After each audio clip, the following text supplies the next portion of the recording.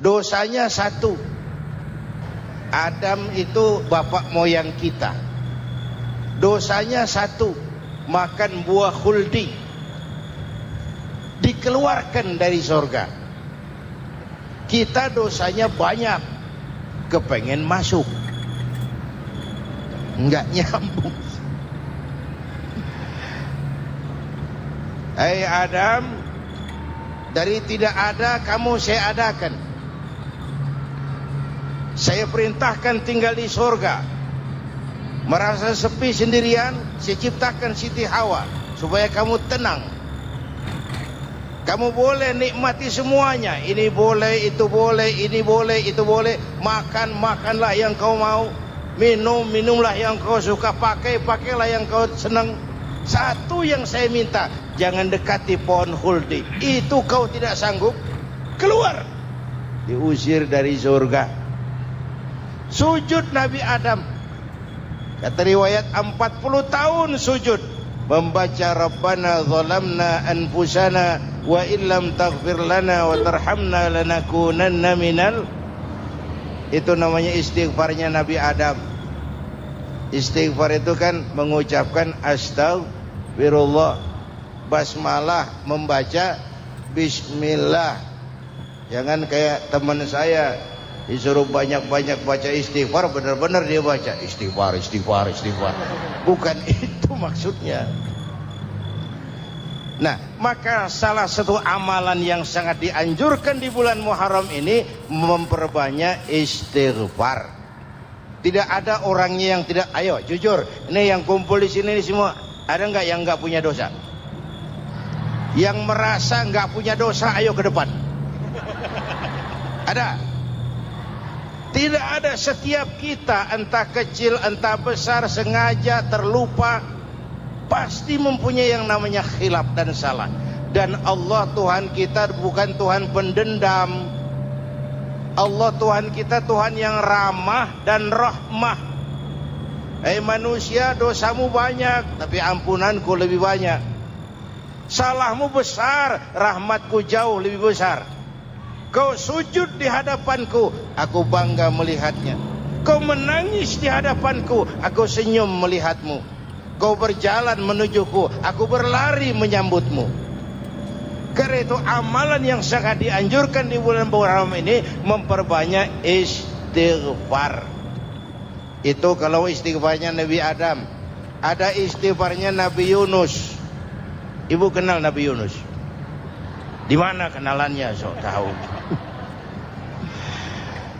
Nabi Yunus itu ketika berdakwah kepada kaumnya yang bandel, memberikan peringatan, kalau kalian tidak mau beriman akan turun azab. Kapan Yunus? Akan. Kenapa mesti akan? Sekarang aja kalau mau, saya tungguin. Kurang ajar betul ini umat. Akhirnya Nabi Nuh menghindar dengan perhitungan, kalau azab tidak turun saya sudah jauh. Meragukan janji Tuhan. Lalu naik kapal, dinaiki oleh Yunus, kapal mogok. Dicari siapa biang keroknya ini. Diundi, ternyata Yunus. Sampai 3 kali diundi. Dibuanglah Yunus ke dasar laut. Ditelan oleh ikan nun atas perintah Allah. Telan itu Yunus. Jangan pakai dikunyah, rusak urusan. Telan saja, simpan di perutmu. Dibawa oleh ikan nun ke dasar lautan. Itu yang oleh Quran dikatakan bertemulah 3 macam kegelapan. Zulumatun salas. Gelapnya tengah malam, gelapnya di dasar laut, gelapnya di dalam perut ikan. Itu namanya petang. Mbahnya gelap. Di perut ikan itulah Nabi Nuh sadar akan kesalahannya, meragukan janji Allah, meragukan janji Allah. Ia sujud di dalam perut ikan itu, membaca la ilaha illa anta subhanaka inni kuntu. Itu istighfarnya Nabi Yunus. Dibacakan istighfar begitu, ikan sakit perut pak. Di dasar laut kemana mau cari apotik? Dia naik ke permukaan, memuntahkan isi perutnya. Nabi Yunus keluar dengan selamat. Itu pun terjadi pada hari ke-10 bulan Muharram. Istighfar intinya itu. Itu amalan utama bulan Muharram, memperbanyak istighfar. Allah selamatkan Nabi Nuh dari bahtera banjir yang luar biasa, 10 Muharram. Allah selamatkan Nabi Ibrahim dari pembakaran Raja Namrus, 10 Muharram. Setelah Nabi Ibrahim itu menghancurkan berhala-berhala, Abrahat pulang mau ibadah, lihat Tuhannya berantakan, marah besar. Siapa yang menghancurkan Tuhan-Tuhan kita ini? Ada yang lapor, kami lihat Ibrahim. Tangkap. Belum ada bukti, tangkap dulu yang penting. Bukti belakangan. Tangkap. Wah, dikerahkanlah aparat. Tangkap Nabi Ibrahim. Disidang langsung oleh Abrahat. Oleh Namrus maksud saya. Ibrahim, kau yang menghancurkan berhala-berhala kami ini, Tuhan-Tuhan kami. Siapa bilang? Ada yang lapor. Saya dengar enggak semua berhala itu hancur. Ada yang paling besar, angkat tangan, saya lihat ada kampak di tangannya. Barangkali yang besar itu iseng tuh, yang kecil-kecil dikampakin. Tanya aja sama dia, kamu gila? Kenapa? Masa kami disuruh nanya berhala? Gak bisa jawab. Gak bisa jawab. Lah kenapa disembah? Lebih gila mana sih? Tahu nggak bisa jawab kenapa disembah? Kurang ajar kamu Ibrahim. Bakar, dibakar.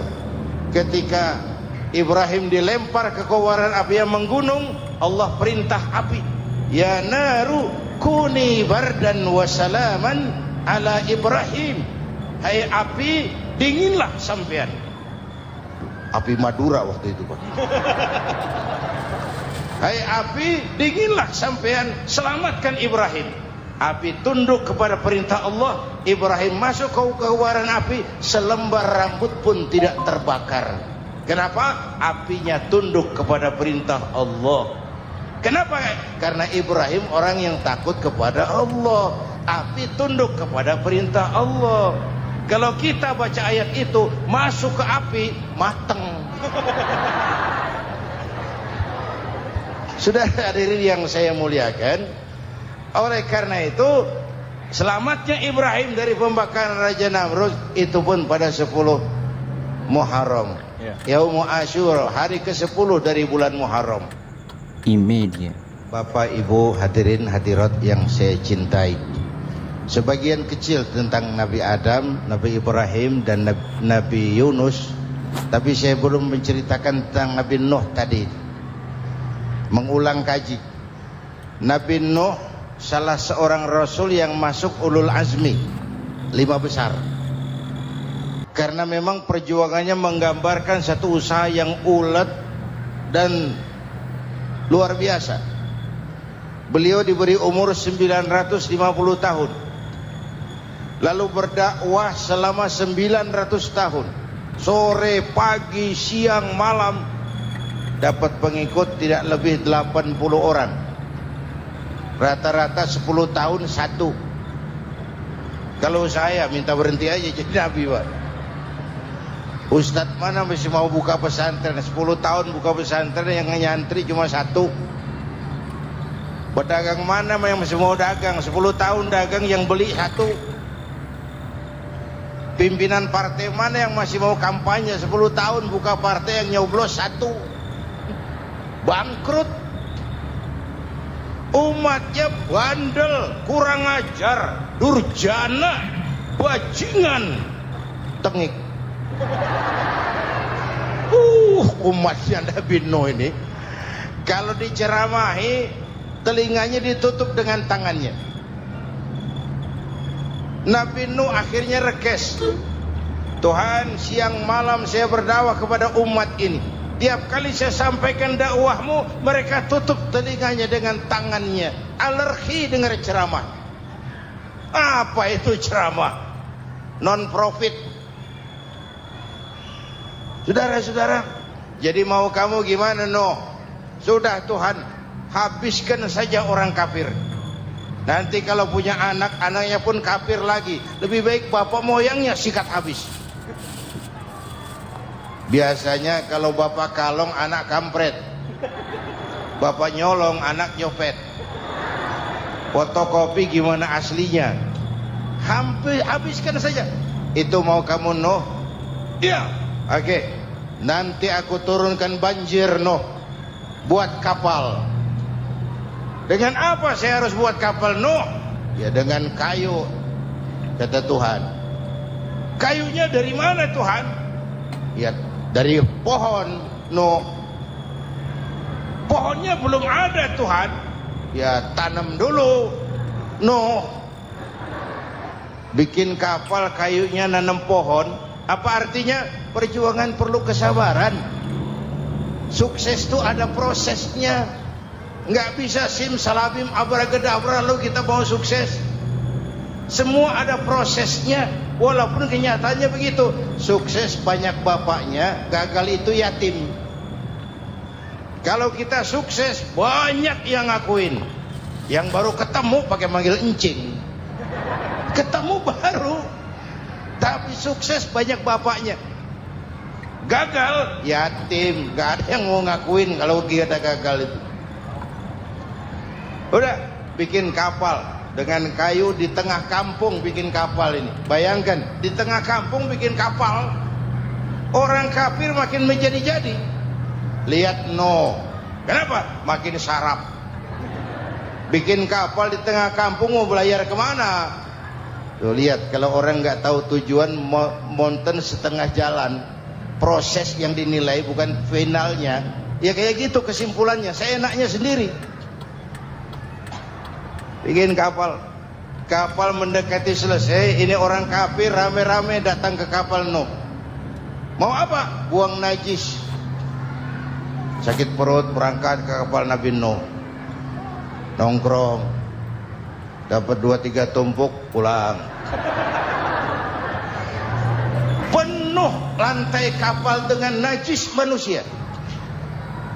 Inilah perjuangan. Bukan jalan raya lurus bertabur bunga di kanan kirinya. Banyak ondak dan duri, fitnah, caci maki, antipat, segala macam. Nuh. Ada orang tua dasar kafir, kurang ajar, sudah stroke berangkat juga ke kapal Nuh. Mau buang najis, pincang-pincang digotong orang. Selesai buang najis dia bangun mau pulang, pegangan tiang kapal terpeleset jatuh di atas tumpukan najis. Terjadi keajaiban, yang stroke-nya sembuh. Lumpuhnya hilang, berangkat digotong-gotong pulang, jalan gagah sekali. Tapi orang kampungnya heran, ente sudah sembuh? Sudah. Berobat di mana? Kok begitu paten? Di kapal Nuh. Masih banyak.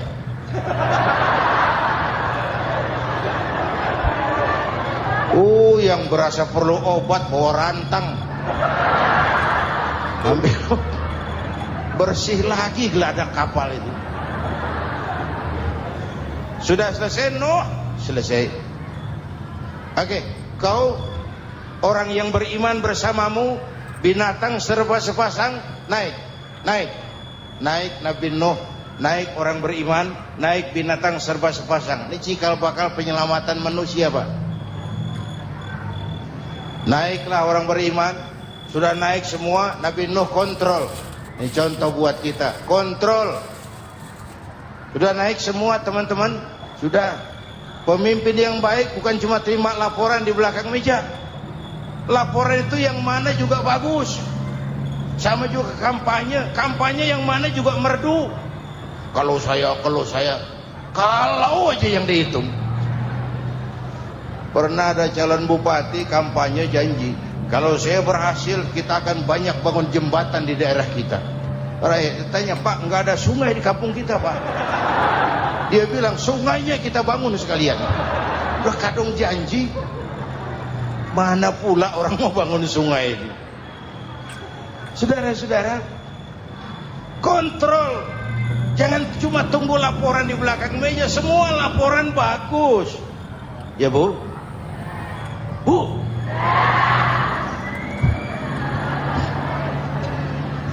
Nabi Nuh kontrol. Sudah naik semua. Sudah Nuh. Bulan bin bulan naik. Naik Nuh. Paimin bintu Kijo. Naik, naik. Kami lihat naik. Ada orang Jawa juga Kiai. Ada. Sudah kontrol. Kanan anak saya ikut nggak naik kapal? Kami tidak lihat itu no. Kanan. Ini potret. Bapaknya aktif ke masjid, ibunya rajin ke majelis taklim, anaknya keleleran kemana-mana. Bukan di sini, di Prancis. Udah di sini insya Allah sama.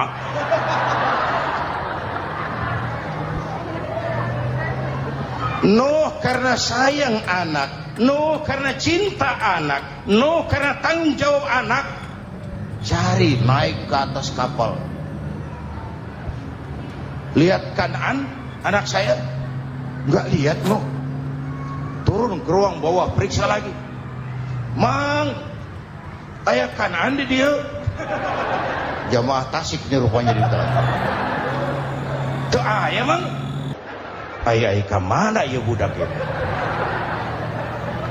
Turun ke bawah, tanya lagi. Ono Kanan toh? Ora nano raketo. Rombongan Jawa Tengah naik ke atas buritan. Dari buritan kelihatan ternyata Kanan tidak ikut naik kapal, kumpul di darat bersama orang kafir. Ini potret kita sekarang. Kumpul sama orang kafir, hanyut anak-anak kita, ditelan budayanya orang kafir, ditelan tradisinya orang kafir, ditelan pergaulannya orang kafir. Nuh karena sayang anak dari atas manggil. Dalam Quran dijelaskan itu. Karena Nabi Nuh di atas, Kanan di bawah, teriak, ya bunayyar kam ma'ana. Begitu dalam Quran ayatnya. Cuma ini pakai gaya memanggil supaya kelihatan ke gambar, kira-kira Nuh manggilnya begitu. Ini namanya gaya dakwah, Pak. Kalau ceritanya datar nggak menarik. Maka Nuh memanggil Kanan, ya bunayyar kam ma'ana. Kata yang dengar, heeh. Ini gaya orang manggil, ya bunayyar kam ma'ana. Kanan kesini nak, naik kapal sama papi. Kata Kanan di bawah itu, enggak mau papi, John di sini saja. Kata Nuh, jangan nak, Allah sedang murka, akan turun banjir. Kalau datang banjir papi, sa'awi ila jabalin ya'simuni minal ma'. Saya akan naik ke gunung tinggi yang bisa menyelamatkan saya dari banjir. Kanan naik ke gunung, gunung dihantam banjir, Kanan mati. Sampai sekarang. Yang kelima, Nabi Musa, kisah Muharramnya ini. Lahir dalam kondisi yang sulit.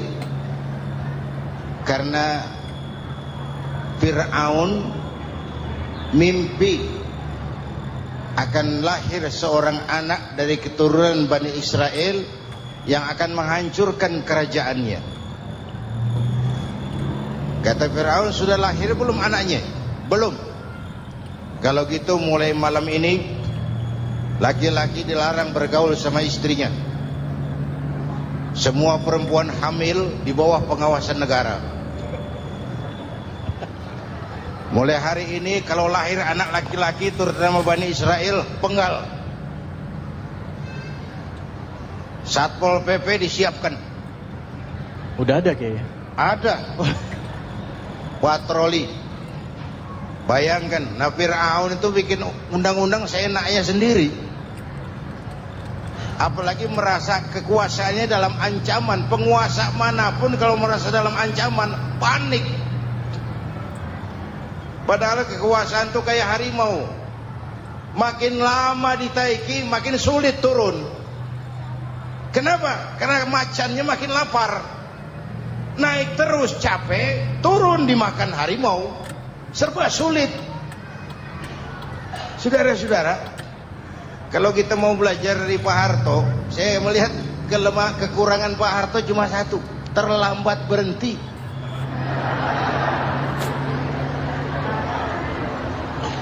terlambat berhenti.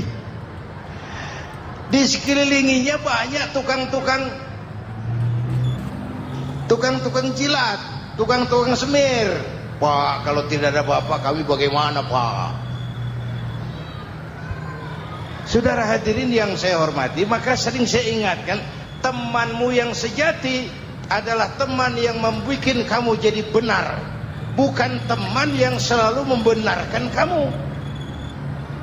Berapa banyak pejabat-pejabat hancur karena selalu dibenarkan oleh lingkungannya. Bapak benar, Pak. Bapak bijaksana, Pak. Itu tepat, Pak. Benar. Buang angin pun kata kelilingnya, wah bapak sehat. Temanmu yang sejati, teman yang bikin kamu jadi benar, bukan teman yang selalu membenarkan kamu. Bapak Ibu hadirin yang saya hormati, tapi kehendak Allah terjadi. Lahirlah Musa, bayinya dihanyutkan di sungai Nil. Bayi sudah menderita, dihanyutkan di sungai Nil, dan akhirnya besar di lingkungan istana Fir'aun.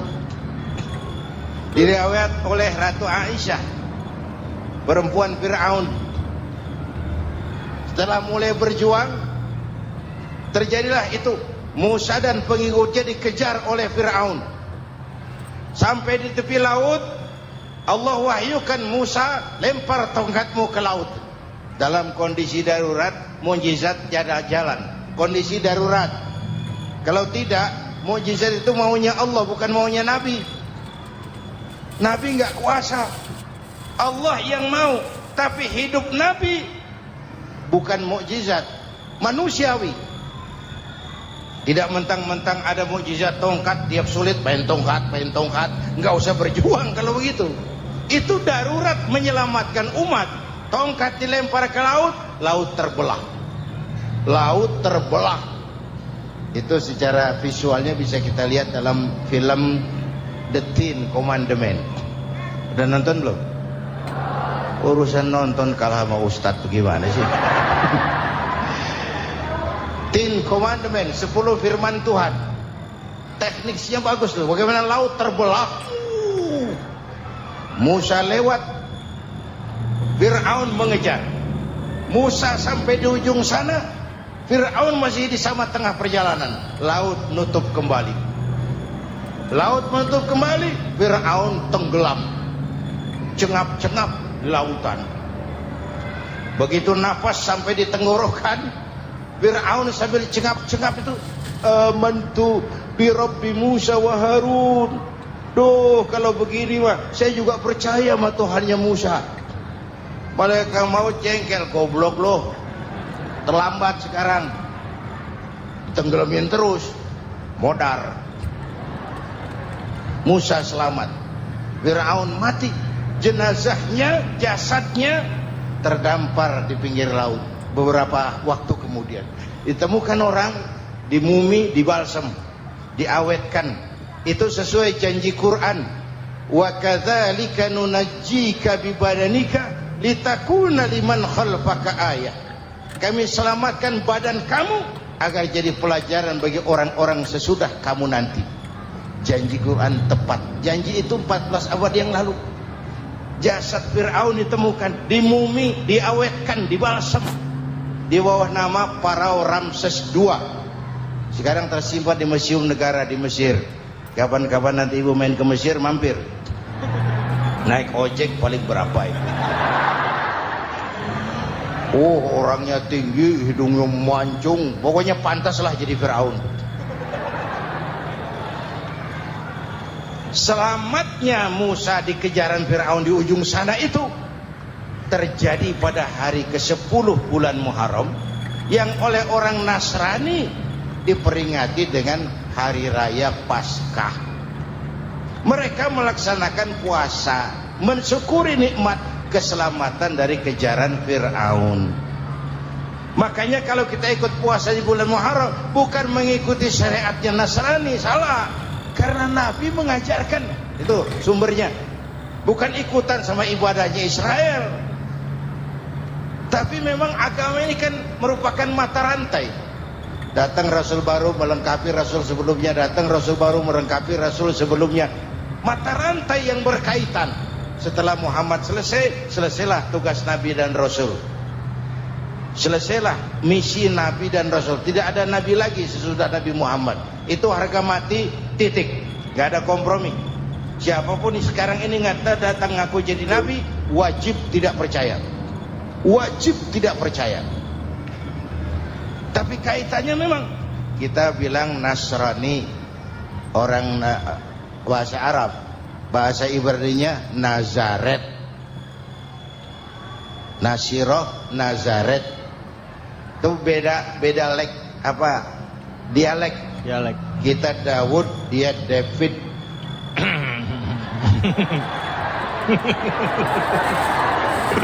Ibrani. Kita Ali, dia Alek. Kita Sulaiman, dia Solomon. Kita Camat, dia Comot. ini yang ngomong ini comot semua. Imedia. Bapak dan Ibu jamaah yang saya cintai, pertanyaan pertama, hijrah qalbiyah.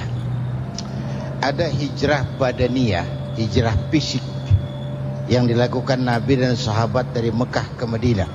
Itu hijrah badaniyah. Ada hijrah qalbiyah, hijrah hati. Dan ini yang kita perlukan sekarang. Karena refleksinya akan membias kepada alur kehidupan. Kalau hati kita mau berhijrah, fisik akan mengikuti. Hijrah dari tempat, dari malas ibadah menjadi rajin ibadah. Hijrah dari maksiat kepada yang ma'ruf, dari berpecah belah menjadi bersatu. Hijrah seperti itu yang sangat kita perlukan. Apalagi masyarakat ini paternalistik. Kita harus hijrah mental sekarang ini. Maka yang disampaikan tadi benar. Seorang ketua MK siap mengundurkan diri kalau terbukti anak buahnya terlibat suap. Itu walaupun siap, tapi sudah angin segar buat rakyat. Bahwa masih ada banyak insya Allah pejabat kita yang punya harga diri. Walaupun ada juga pejabat kita yang muka tembok, kulit badak, kuping kebo. Muka tembok, kulit badak, kuping kebo. Biasanya kalau kereta api tabrakan di negara-negara maju, Menteri Perhubungannya mundur.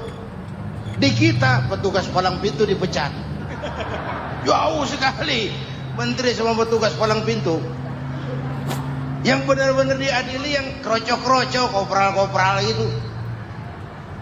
Padahal hadisnya jelas. Ar-rashi wal murtashi finnar. Yang nyuap dan yang nerima suap, dua-duanya neraka. Kasus potret belakangan ini, yang nerima suap, yang diuber, yang nyuap aman. Yang nyuap aman, yang korupsi pajak dikecil-kecilin, yang ngemplang pajak aman. Padahal ngemplang pajaknya triliunan. Padahal dia sudah dikasih fasilitas oleh negara mengelola sumber daya alam negara yang artinya milik rakyat. Dia harus bayar pajak, uang pajaknya dikumpulkan bagi sebesar-besar kemakmuran rakyat. Itu tindakan merugikan rakyat. Karena itu betul, saya setuju hijrah qalbi yang perlu kita lakukan sekarang. Hijrah hati. Kita ini bangsa Indonesia, seperti timnas. Timnas sekarang anak-anak muda sudah berani pakai baju PSSI. Iya. Kenapa? Menang. Coba kalau kalah terus, nanti menang. Tapi bangsa Indonesia itu memang seperti timnas. Namanya kesebelasan. 11 orang. Walaupun ada pemain bintang ya ada presiden, gubernur, menteri, itu bintang-bintang. Tapi bintang baru ada artinya kalau dibantu 10 pemain yang lain. Cristiano Ronaldo. Siapa itu? Penyerang tengah Real Madrid, Wah. bintang. Lionel Messi. Siapa lagi? Barcelona. Bercelana.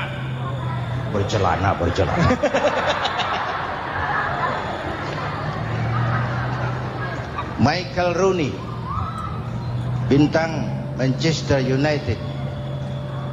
Ronaldo baru bintang, Messi baru bintang kalau ada 10 pemain yang lain.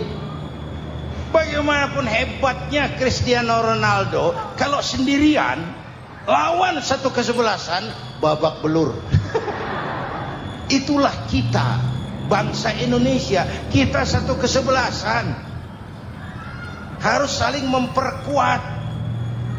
Ada bangsa kita ini yang jadi jaksa, ada yang jadi hakim, ada yang jadi polisi. Itu posisi penyerang tengah, kiri luar, kanan dalam, back, striker, kiper, posisi. Tapi sadar, kita satu kesebelasan, Bung. Jangan bikin gol ke gawang sendiri. Kalau punya bola bagus, operan dong sama temannya. Yang bisa menciptakan gol, operan. Ada yang jadi pengusaha besar, bagus boleh. Punya untung besar, operan. Kasih masjid, kasih pesantren, operan. Ini kesebelasan kita kalau punya bola pelitnya setengah mati, Pak. Nggak mau ngoper. Bawa sendiri, mending bikin gol. Enggak. Kita ini satu kesebelasan. Satu sama lain harus saling memperkuat. Bahwa ada penyerang tengah, itu sih posisi. Tapi kalau memang peluang memungkinkan, ayo dong operan. Saya iri sama kesebelasan Nasrani di Indonesia. Mereka kalau punya bola, operannya cakep. Gereja cepat selesai, rumah sakit Kristen cepat selesai. Kenapa? Operannya bagus. Kita ini kalau punya bola bawa sendiri, nggak mau